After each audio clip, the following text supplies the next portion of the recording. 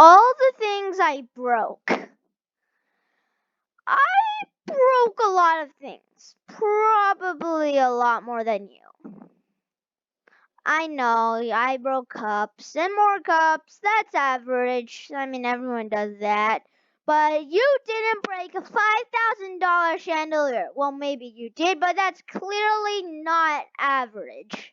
Clearly. And I'll tell you a few stories about the things I broke. Just telling you, 80% of the things I broke was because of the fact that I like to play tennis and soccer indoors. So don't do that. You're going to break a lot of things.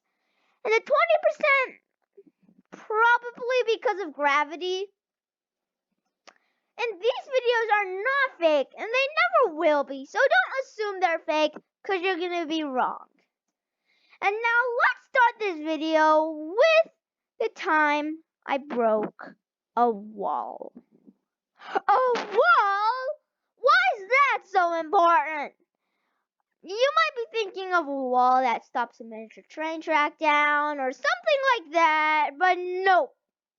The wall was part of our house, so it was pretty darn important. And according to our mom, it made our house look ugly. And trust me, this happened slowly, like 3 months, like how the Grand Canyon formed. So this didn't happen all at once. So if you're trying to break your wall, you shouldn't expect that. And this all happened when I like to serve and hit forehands and backhands on the wall in the playing room. And also pretend I'm scoring goals on the wall with soccer. And that hurt the wall a lot. Little kids, don't look at this slide. And that was the end of the story about how I broke the wall. And this story is about the time I broke a garage window 3 times. Yeah, 3 times. Yeah, 3 times. Just telling you, if you don't know what a garage window is, it's where the red arrows are pointing. So now you know. At least I might have taught you one thing. And this happened when my dad saw how broken up the wall was and decided to fix it by buying this rebounder so I could hit on it. And we had to put it in the front of our house where the garage was because we had no room in our backyard or our house.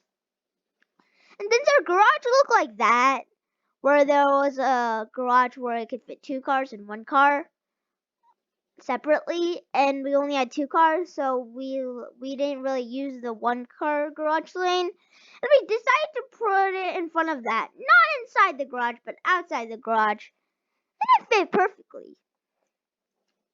And the ball would go up then down. That's how you're supposed to hit, like it's supposed to go over the net.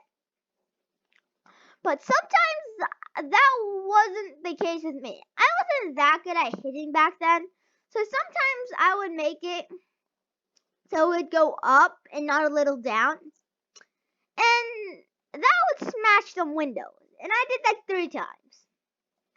And now let's go to the big baby for the time I broke a chandelier. You know, I kind of mixed up the story. Sorry, just for a better understanding. So after my dad saw how broken up the wall was, he didn't buy that rebounder. He bought this rebounder. Then he saw how much problems this rebounder caused, so he bought this rebounder. Sorry, I mixed up the story. And this rebounder works where you hit somewhere in the semicircle. Because of impact, the ball travels upwards, hits the top, gets the energy absorbed, comes down slowly, and goes where you could do that over and over again.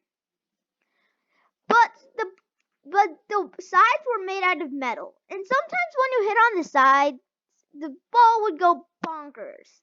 And who knows where it would go. So one day I hit it on the side, and it hit the chandelier. Please consider subscribing. And if you want a part 2, leave it down on the comments below. And if you don't, I have another video planned, so if you don't want a part 2, you don't have to want one. And please like, subscribe, and do all the good stuff. Please support me. I spent a lot of time on these videos.